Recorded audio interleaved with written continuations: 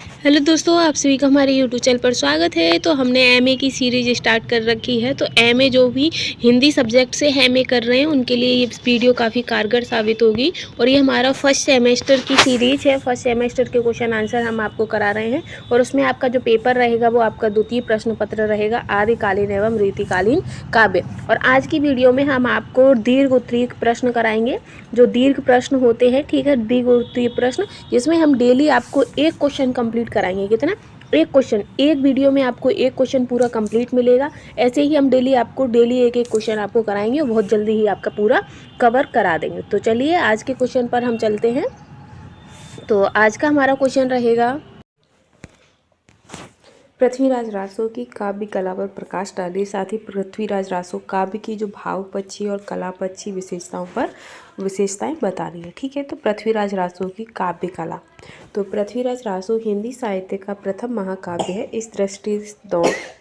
इस दृष्टिकोण से यह अत्यंत महत्वपूर्ण काव्य है। यह हिंदी के उस युग की रचना है जब वह अपने प्रारंभिक स्वरूप में विकसित हो रही थी, किंतु रचना के कौशल एवं भाव की दृष्टि से यह अत्यंत उत्कृष्ट कोटि की रचना है। वस्तु चित्रण, भाव चित्रण, रस निरूपण, अलंकार, छंद एवं भाषा संबंधी उत्कृष्टता को देखते हुए यह उच्च स्तरीय महाकाव्य के रूप में जाना जाता है। वहीं भाव पक्षी विशेषताएं, तो पृथ्वीराज रासो की भाव पक्ष की विशेषताएं निम्न प्रकार की हैं। जैसे कि कथा के रूप में, तो पृथ्वीराज रासो की कथा पृथ्वीराज नामक एक आदर्श गुणों से संपन्न वीर लोकनायक के जीवन वृत्त पर आधारित है। कथा में ऐतिहासिक तथ्यों का अभाव है एवं यह अतिरंजित घटनाओं, वर्णनों, अलौकिकता से युक्त है। इसके पश्चात भी इसकी संगठन काव्यात्मक कुशलता का परिचायक है तथा कथा का प्रारंभ आबू के अग्निकुंड से होता है और यह क्रमबद्ध विकसित होते हुए अपने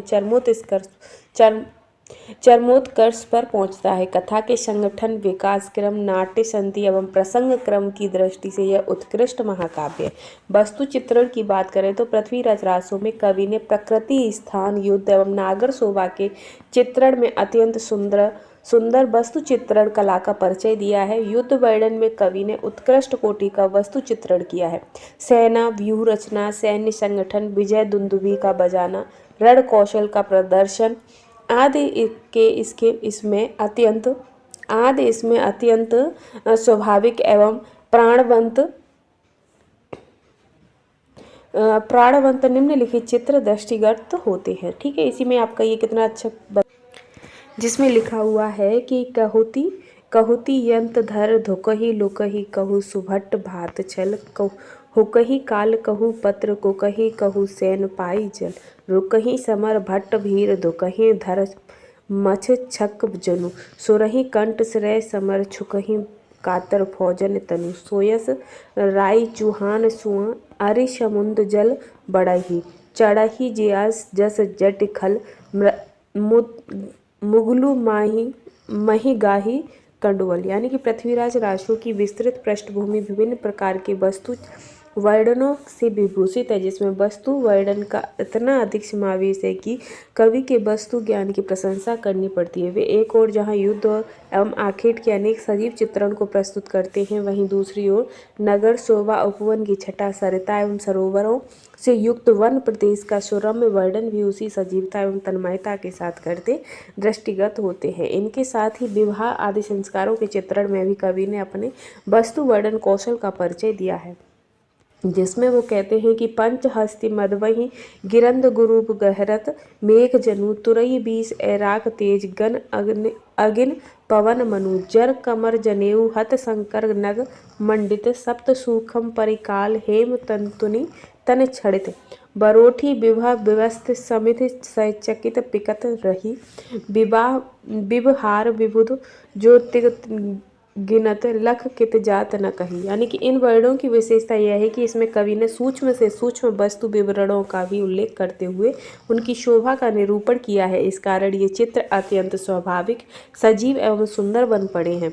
वहीं प्रकृति चित्रण की बात करें तो किसी काव्य या महाकाव्य में प्रकृति चित्रण होना या ना होना उसकी उत्कृष्टता या दुर्बलता पर कोई प्रभाव नहीं पड़ता है। कोई भी काव्य या महाकाव्य प्रकृति चित्रण के बिना भी उत्कृष्ट कोटि का हो सकता है। तथापि भारत में संस्कृत साहित्य से ही प्रकृति चित्रण की यह परंपरा चली आ रही है। इसका कारण संभवतः यह रहा है कि भारत भूमि में काव्य का पहला स्वर प्रकृति की गोद में प्रकृति प्रेमियों के मुख से ही प्रस्फुटित होती है। पृथ्वीराज रासो में वस्तु वर्णन के साथ साथ प्रकृति का भी अत्यंत मनोरम चित्र अंकित किया गया है। कवि ने पूर्व काव्य परंपरा के अनुसार आलम की उपेक्षा प्रकृति का उद्दीपन रूप में ही अधिक चित्रण किया है। उद्दीपक रूप में चित्रित होने के कारण प्रकृति संपूर्ण काव्य ग्रंथ में भावों को उद्दीप्त करती है, दृष्टिगोचर होती है, उसका स्वतंत्र चित्रण नहीं हुआ है। प्रकृति को उद्दीपक रूप में चित्रित करते हुए कवि ने षड ऋतुओं यानी कि षट ऋतुओं का वर्णन बड़े ही मनोयोग से किया है। उसमें अनेक अद्भुत काव्य कौशल का परिचय मिलता है। बसंत का यह चित्र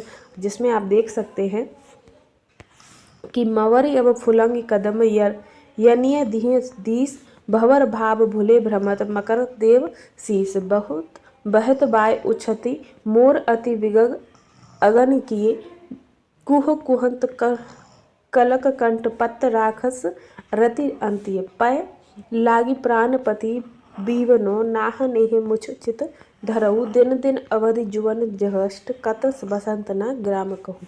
और वहीं आगे है रस।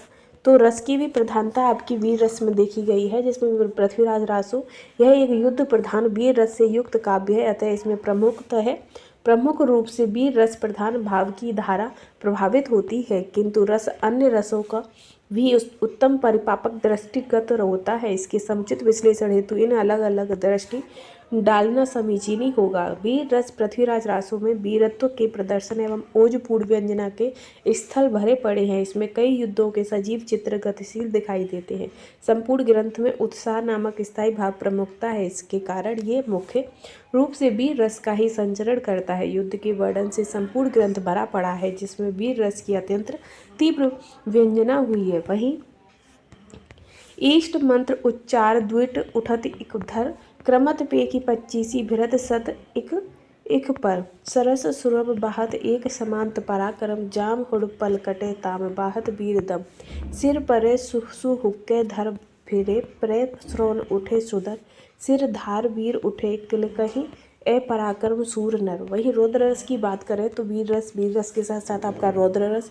तो वीर रस की व्यंजना में कई स्थानों पर कवि ने वीर सामंतों, सरदारों एवं नायक के अतिक्रोश क्रोध की अभिव्यक्ति की है, जिसमें रौद्र रस की प्रभावकारी निष्पत्ति दिखाई देती है। हम भंजो भीम मंग युद्ध जो मोही जुरे रण ग्रीष्म पवन सहाई दंग जरी जात संगन वन यो भंज भीमंग भीम कुर नंद पछारिया यो भांजो भीमंग मंग सहित महिषासुर कारिया जिमि जुरो युद्ध भीमंग सो अनि तेज वाइक हिता पृथ्वीराज नाम तेरी धरो उदर फिरत कहो पिता।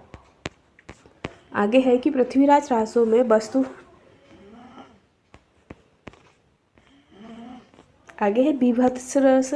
तो युद्ध का अर्थ विनाश और मृत्यु है, इसकी परिणति बीभत्स में भी होती है। कवि ने युद्ध स्थलों पर बहती हुई रुधिर की धारा, यत्र तत्र फैली हुई अतड़ियाँ तथा शवों आदि का भी चित्रण किया है। इन चित्रों में बीभत्स रस का परिपापक हुआ है। मचे कुहू कुहू कुहू बहे सार सार सारम सारम चकमे चकमे कराम शुधार भकवे भकवे बहे रक्तधार सनके सनके चले बान भारम हकवे हकवे बैल सैल मैल हकवे हल्के हल्के मचे ढेल पेलम। वही है कि कवि ने वीर रस से संबंधित चित्रण करते समय उत्साह के साथ साथ वीरोचित अमर्ष एवं क्रोध नामक स्थायी भावों की भी बड़ी ही मार्मिक अभिव्यक्ति की है। कवि को जितनी सफलता उत्साह के संचरण से मिलती है, उतनी ही क्रोध एवं वीरत अमर्ष के भाव को उत्पन्न करने में भी उतनी ही सफलता प्राप्त हुई है। वहीं आगे श्रृंगार रस। तो यद्यपि पृथ्वीराज रासो एक वीर रस प्रधान ग्रंथ है, किंतु वीर रस के पश्चात इसमें प्रमुख रूप से श्रृंगार रस की ही व्यंजना हुई है। श्रृंगार रस का यह वर्णन संपूर्ण काव्य ग्रंथ में वीर रस की व्यंजना के साथ साथ घुला मिला पृथ्वीराज चौहान नामक गायक, जिसमें 11 वर्ष की अवस्था में ही प्रथम विवाह करता है और उसके 14 विवाह का वर्णन किया गया है। प्रत्येक के साथ श्रृंगार भाव की विस्तृत व्यंजना जुड़ी हुई है। वही संक्षेप में यह कहा जा सकता है कि पृथ्वीराज रासों में प्रमुख रूप से वीर एवं श्रृंगार रसों की योजना की गई है। तद्यपि प्रसंगवश रौद्र, बीभत्स, भयानक, करुण, निर्वेद आदि रसों की भी निष्पत्ति हुई है। कवि इन रसों के परिपाक में पूर्णतः सफल रहे हैं। उनके द्वारा अंकित सभी भावों में चित्र पूर्णतः सजीव, मनोरम एवं प्रभाव उत्पन्न करने वाले हैं। वहीं अब पृथ्वीराज रासों की कला पक्षी विशेषताओं पर बात करें तो पृथ्वीराज रासों की कला पक्षी विशेषताएं निम्नलिखित हैं, जिसमें पहली आपकी अलंकार योजना है। तो अलंकार को काव्य का आभूषण कहा जाता है। जिस प्रकार नारी अपने सौंदर्य के प्रदर्शित के लिए आभूषणों से स्वयं को सुसज्जित करती है, उसी प्रकार कवि अपने भावों के उचित प्रदर्शन हेतु काव्य में अलंकारों का प्रयोग करते हैं।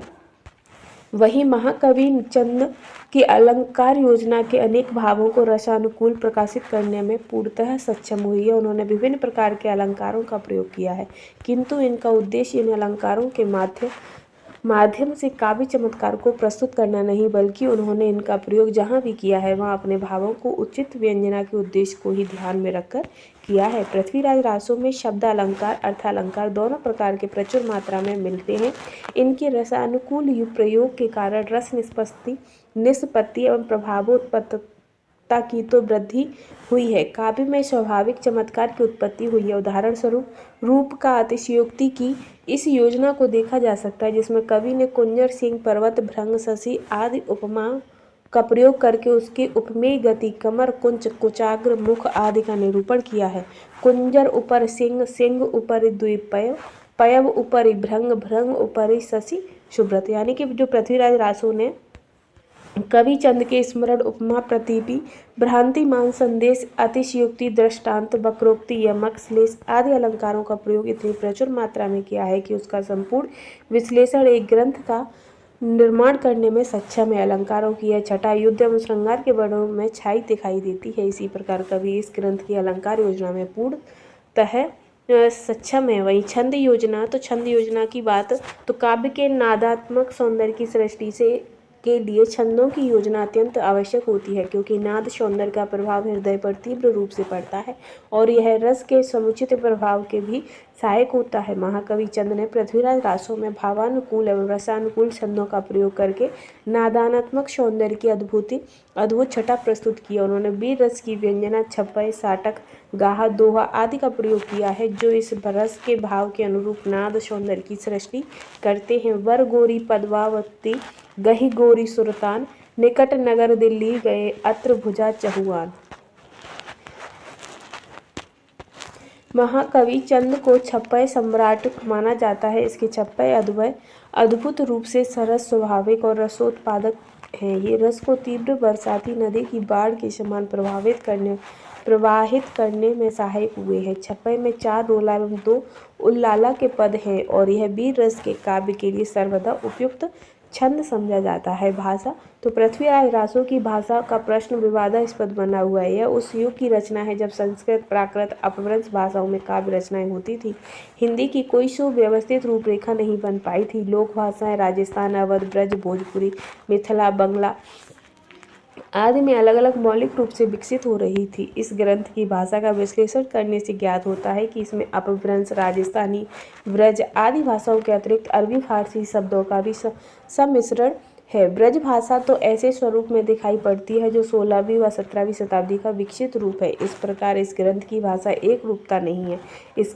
इसने अनेक प्रकार की मतांतर उत्पन्न कर दिए हैं। कुछ विद्वान ब्रज भाषा के विकसित रूप वाले अंशों को प्रक्षिप्त मानते हैं, तो कुछ मानना है कि यह संपूर्ण ग्रंथ जाली और किसी भाट द्वारा रचित है। कुछ अन्य विद्वान इसे अर्ध प्रशिक्षित मानते हैं, तो कुछ ऐसे भी हैं जो यह मानते हैं कि आज इस ग्रंथ का जो उपलब्ध स्वरूप है उसकी भाषा उनके मूल रूप में नहीं है और इस विभिन्न युगों के तथाकथित काव्य मर्मरों की कृपा हुई है। भाषा की दृष्टि से यह संपूर्ण ग्रंथ प्रक्षिप्त है। प्रश्न यह उत्पन्न होता है कि वर्तमान समय में यह उपलब्ध ग्रंथ संपूर्ण भाषा प्रक्षिप्त है, तो इसका मूल रूप क्या था? इस प्रश्न का उत्तर देने में भी विद्वानों ने भिन्न भिन्न मतों का प्रतिपादन किया है।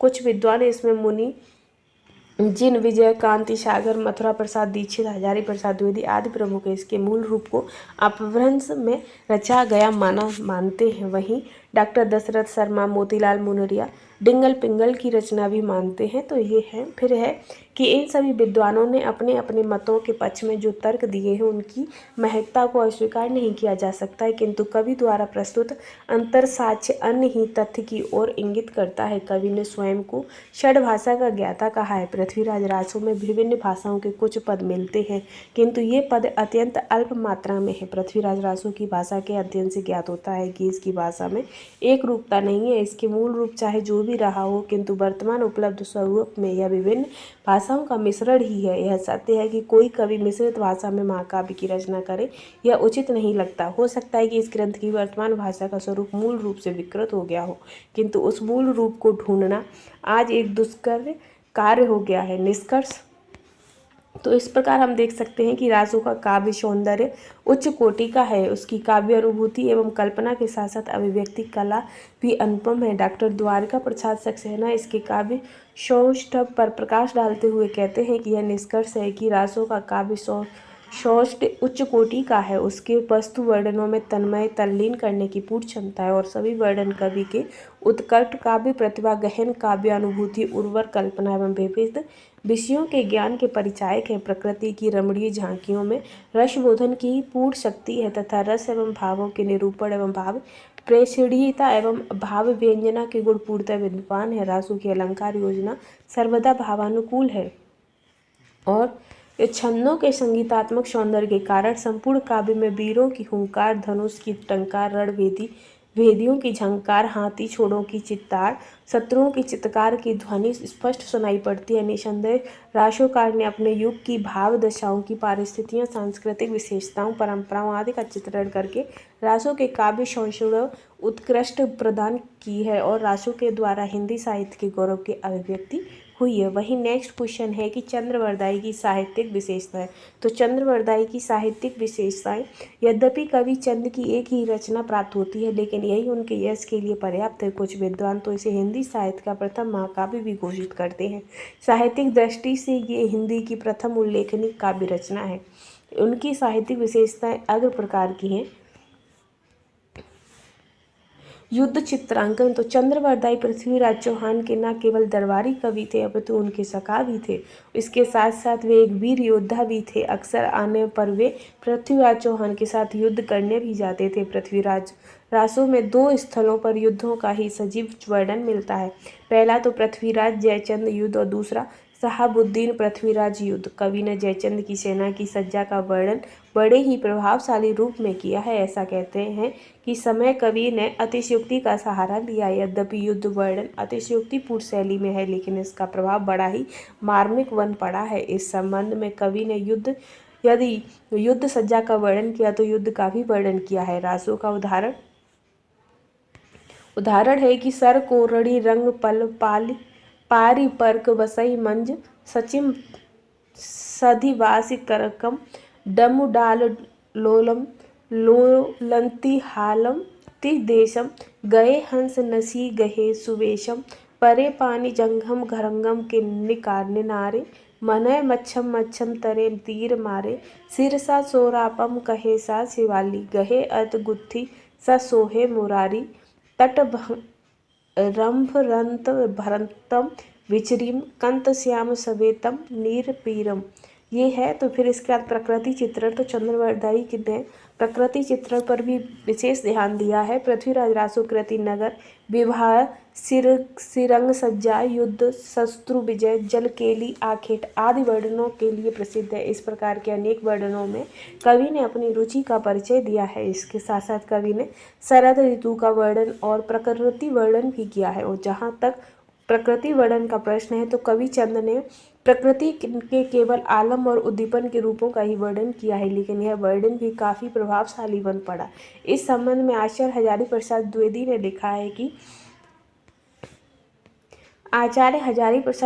लिखा है कि शोभा चाहे प्रकृति की हो या मनुष्य की हो, परंपरा प्रचलित रूढ़ी उपमानों के सहारे ही निखरती है। यानी कि जो हजारी प्रसाद है उन्होंने कहा कि शोभा चाहे प्रकृति की हो या मनुष्य की हो, परंपरा प्रचलित रूढ़ उपमानों के सहारे ही निखरती है। आगे है कि अधीनस्थ सामंतों के स्वामी भक्ति भक्ति और पराक्रम अत्यंत उज्ज्वल रूप में प्रकट हुए हैं, परंतु प्रकृति वर्णन में कवि ने जहाँ कहीं केवल नाम परिगण शैली को अपनाया है, वहाँ नीरसता सुसुप्तता उत्पन्न हो गई है। फिर भी विभिन्न ऋतु का वर्णन करते हुए कवि को अपूर्व सफलता मिली है।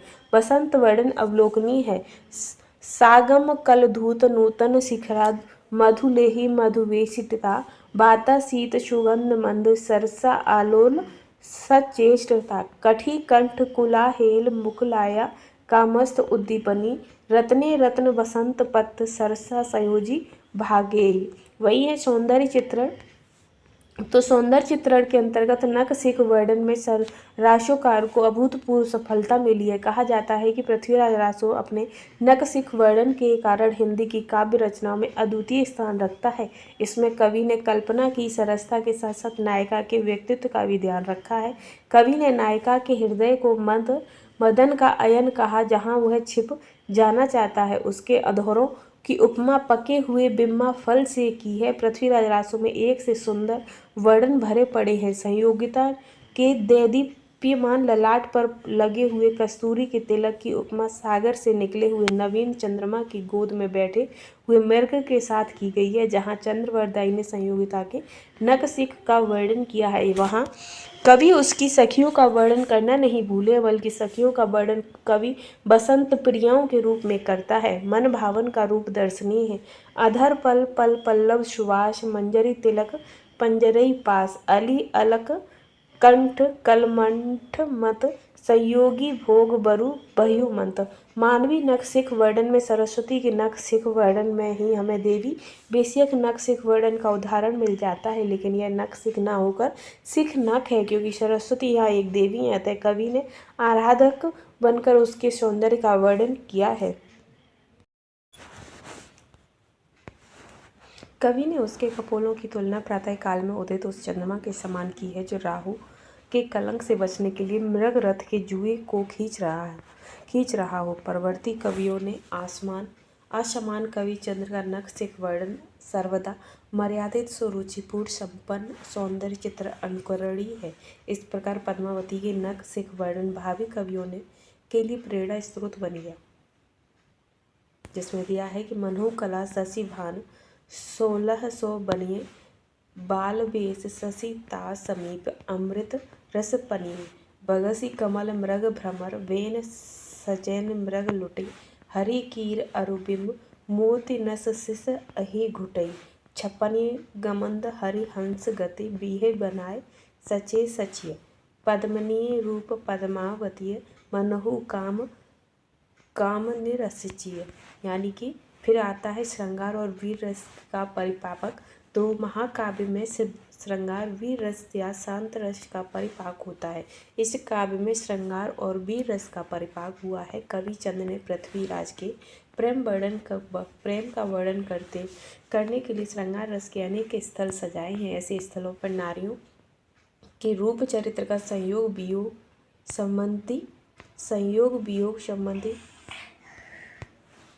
संबंधी विविध दशाओं का वर्णन काफी प्रभावशाली बन पड़ा है। जहाँ कवि ने एक ओर राजकुमारियों की नख सिख का वर्णन किया, वहीं दूसरी ओर उनकी प्रेम पीड़ाओं तथा सहवास का भी सुंदर वर्णन किया है। इच्छिनी सचिव्रता संयोगिता पद्मावती आदि पृथ्वीराज की अनेक रानियां थीं। कवि ने इन सब के सौंदर्य का वर्णन नायिका भेद को ध्यान में रखकर तो नहीं किया, लेकिन फिर भी उनके स्थलों पर नायिका भेद की छाया सी पड़ गई है। पृथ्वीराज और संयोगिता के रति वर्णन में श्रृंगार का हास्य पर स्पर्शी रूप भी है, जिसमें रस क्रीड़त वृत चित दंपति रति पंच सुठाए पंच लगोती पंचपति उठई बाल सज्जी दकुल सधु पजरंसु धाम चित हर हराट उपजयो तजी अककटो कांत कत। यानी कि श्रृंगार रस में रासों में श्रृंगार रस के संयोग पक्ष का मुख्य रूप से वर्णन हुआ है, परंतु संयोगिता और पृथ्वीराज के वियोग पक्ष का भी सुंदर परिपाक हुआ है। स्पष्ट रूप से कह सकते हैं कि चंद मात्र कवि नहीं थे, बल्कि योद्धा भी थे। अक्सर वे युद्धों की वस्तुओं से सुसज्जित होकर महाराज के साथ युद्ध भूमि में भी जाते थे। यही कारण है कि उन्होंने युद्ध भूमि का सजीव वर्णन किया है। सेना की व्यूह रचना के चित्र बड़े ही प्रभावशाली बन पड़े हैं। कवि की प्रत्यक्षानुभूति के वर्णनों में वीर रस फूट कर पड़ता है। घाघर नदी के युद्ध वर्णन में शौर्य का अनूठा है। हुआ सदस्यु शद्दह नंदह भर, घन घेरी किए सुफौज भर, लस लस मिले दल समिलय, नरु भद बाहल समिलय। वहीं भाषा शैली की बात करें तो चंद्र बरदाई ने अपने काव्य के भाव पक्ष को समृद्ध बनाने के लिए उसमें अलंकारों का सुंदर एवं स्वाभाविक प्रयोग किया है। उनकी अलंकार योजना पूर्णतः भावानुकूल है। यद्यपि कवि ने शब्दालंकारों में अनुप्रास तथा यमक का सर्वाधिक प्रयोग किया है, लेकिन उसमें चमत्कार प्रदर्शन की प्रवृत्ति कहीं पर भी दिखाई नहीं पड़ती। अर्थालंकार में कवि ने प्राय सादृश्य मूलक अलंकारों का ही प्रयोग किया है। उसमें उपमा, रूपक, उत्प्रेक्षा, रूप, अतिशयोक्ति आदि कविचंद के सर्वप्रिय अलंकार हैं। उनका उपमानों का प्रयोग भी सर्वदा परंपरागत है, लेकिन कहीं कहीं उन्होंने नवीन और मौलिक उपमानों का भी प्रयोग किया है। संयोगिता के वर्णन में कवि ने जो रूप, अतिशयोक्ति अलंकार का प्रयोग किया है, अलंकार के सहज प्रयोग से काव्य रूप चमत्कारिक बन गया है। कुंज ऊपर सिंह, सिंह ऊपर दोय अब, पय ऊपर मंथ, मंथ ऊपर शरि शंभे, शरि ऊपर इक कीर, कीर ऊपर मृग विद बिट्ठो, मग ऊपर को दंड, संग कदम वच भो। सहृदय कवि भाषा के धनी ही नहीं बल्कि भाषा मानो करबद्ध नायिका के समान कवि का अनुकरण करती हुई दिखाई देती है। कवि ने स्वयं शठ भाषा, कुराण, पुराण का ज्ञाता होने का दावा किया है। नदी, वन, पर्वत, युद्ध, सौंदर्य आदि वर्णनों से संबंध में कवि ने भावानुकूल भाषा और शब्दों का प्रयोग करके अपनी विविधता का परिचय दिया है। युद्ध वर्णन प्रसंग में कवि ने यदि डिंगल भाषा का प्रयोग किया तो श्रृंगार तथा सौंदर्य वर्णन के संदर्भ में पिंगल भाषा का प्रयोग किया है। रासों में कवि ने संस्कृत, अपभ्रंश, राजस्थानी, पंजाबी, ब्रज, अरबी तथा फारसी भाषाओं के शब्दों का खुलकर प्रयोग किया है। युद्ध वर्णन में जहाँ अब कवि ने भाषा आलोचना प्रधान है, वहाँ श्रृंगार और अन्य रसों के वर्णनों में सरस और मधुर रूप धारण कर लेती है। परंतु हमें एक बात का ध्यान रखना होगा कि पृथ्वी राज रासों में अनेक प्रतिक्षिप्त अंश जुड़े हैं, जिसके फलस्वरूप उसमें ना तो भाषा की एक रूपता है और न ही व्याकरण का कोई व्यवस्थित रूप दिखाई देता है। पृथ्वीराज रासों को छंदों का जंगल कहा गया। छंदों का जितना विविध और मुखी प्रयोग पृथ्वीराज रासों में हुआ है, उतना किसी अन्य आदिकालीन ग्रंथ में नहीं हुआ है। इस छंद वैविध्य को देखकर ही कहा जा सकता है कि छंद योजना पर कविवर चंद्र बरदाई का पूर्ण अधिकार है। उन्होंने अनेक बार वर्णिक, मात्रिक छंदों का सफल प्रयोग किया है। इसमें छप्पय, गाथा, दोहा, सुट्य, पदरिया आदि प्रमुख छंद हैं। कवि का छंद प्रयोग कौशल इस बात से सिद्ध होता है कि एक ही प्रकार के वर्णन में विभिन्न छंदों का बड़ी कुशलता से प्रयोग कर लेते हैं। इससे कवि के छंद वैविध्य का ज्ञान स्वतः स्पष्ट हो जाता है। डॉक्टर हजारी प्रसाद द्विवेदी की उनके छंद प्रयोग के बारे में उचित ही कहा गया है। वैसे तो हर बार तलवार की झंकार में तोटक, तोमर, पद्धति आदि पर उतर आते हैं, पर जमकर वे छप्पय और दोहा में ही लिखते हैं।